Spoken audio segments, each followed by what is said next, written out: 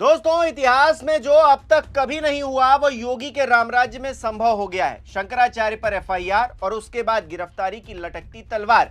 लेकिन यह संयोग है या फिर प्रयोग कि जब से प्रयागराज में माघ मेले का कांड हुआ है तब से अभिमुक्तेश्वरानंद की लुटिया डुबोने की कोशिशें लगातार की जा रही हैं। उससे पहले तक कभी पुलिस प्रशासन ने शंकराचार्य से सबूत नहीं मांगे। यहां तक कि बाबा जी का गोरखनाथ मठ भी शंकराचार्य को आदरणीय और सम्माननीय मान रहा था। अचानक से बदले हालातों में शंकराचार्य को काल कोठरी में सड़ा देने की नौबत कैसे आ गई, करेंगे बात। नमस्कार, मेरा नाम हिमांशु मिश्रा है, आप देख रहे हैं 4PM न्यूज नेटवर्क। दोस्तों, शंकराचार्य प्रकरण में एक बहुत क्लियर तस्वीर तब दिखाई पड़ती है जब अभिमुक्तेश्वरानंद के लिए सब कुछ तब तक ठीक रहता है जब तक वो योगी आदित्यनाथ से टकराते नहीं है। जहां टकराहट होती है वहीं पर अभिमुक्तेश्वरानंद से न सिर्फ शंकराचार्य होने का सबूत मांग लिया जाता है बल्कि उनके बटुक ब्राह्मणों को चोटी खींच खींच कर थाने में कूटा भी जाता है।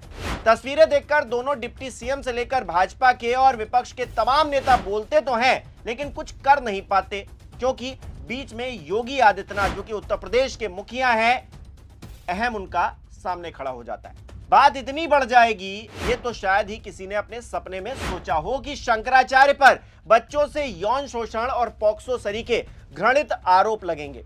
ये सब तब हुआ जब योगी के खिलाफ उंगली खड़ी कर दी गई, नहीं तो अभिमुक्तेश्वरानंद ही शंकराचार्य हैं और सम्माननीय हैं, ये तो खुद योगी का मठ भी मानता रहा है।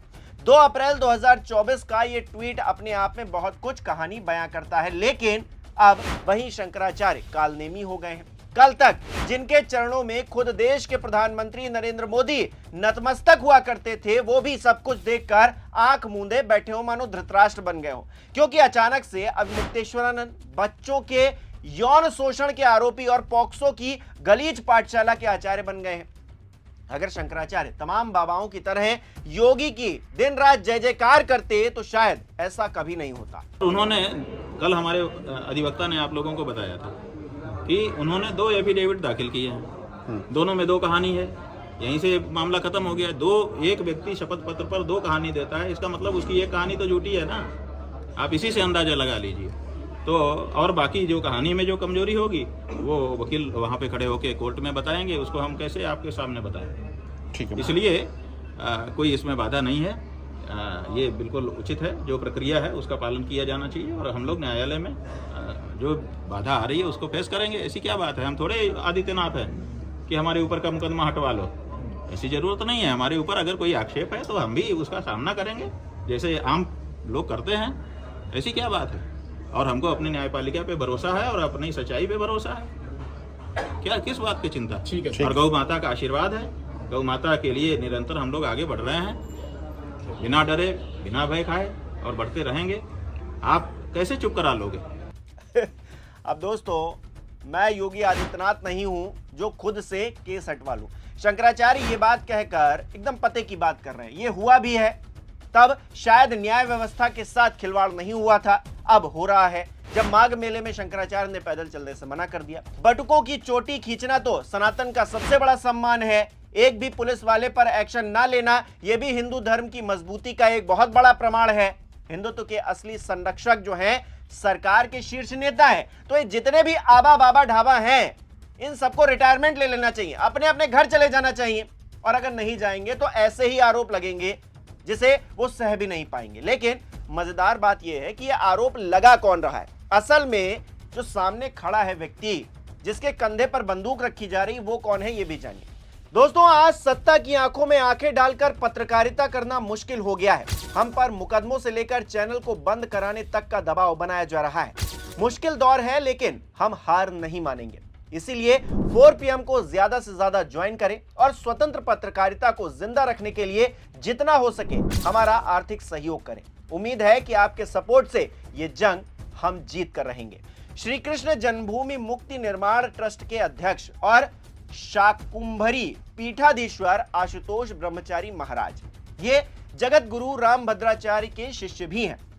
इन्होंने 173(4) के तहत कोर्ट में अर्जी दाखिल करते हुए शंकराचार्य पर एफआईआर दर्ज करने की मांग की थी।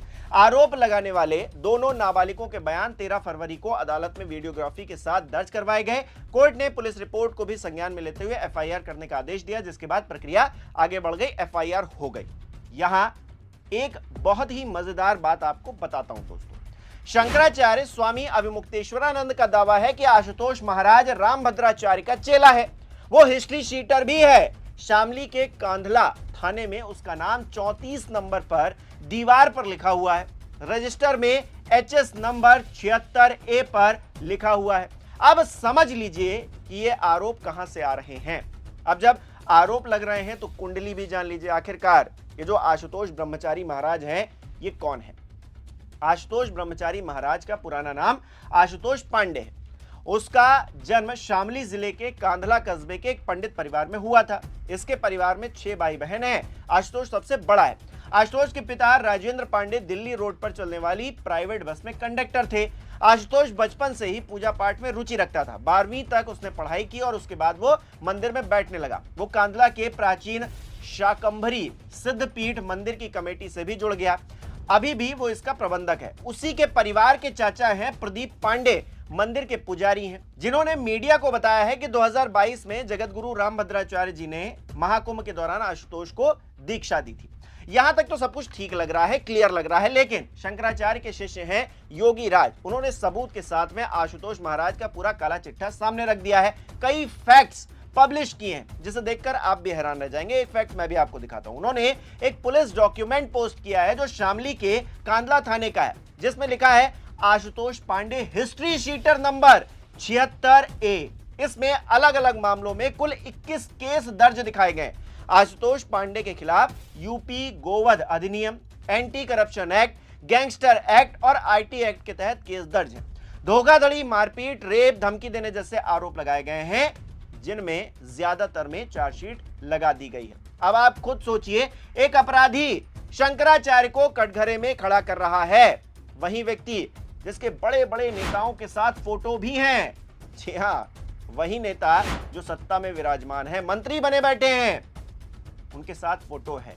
बहुत बड़ा हिस्ट्री शीटर है। थाने में उसके लिए एक बाकायदा पूरा चार्ट बना हुआ है।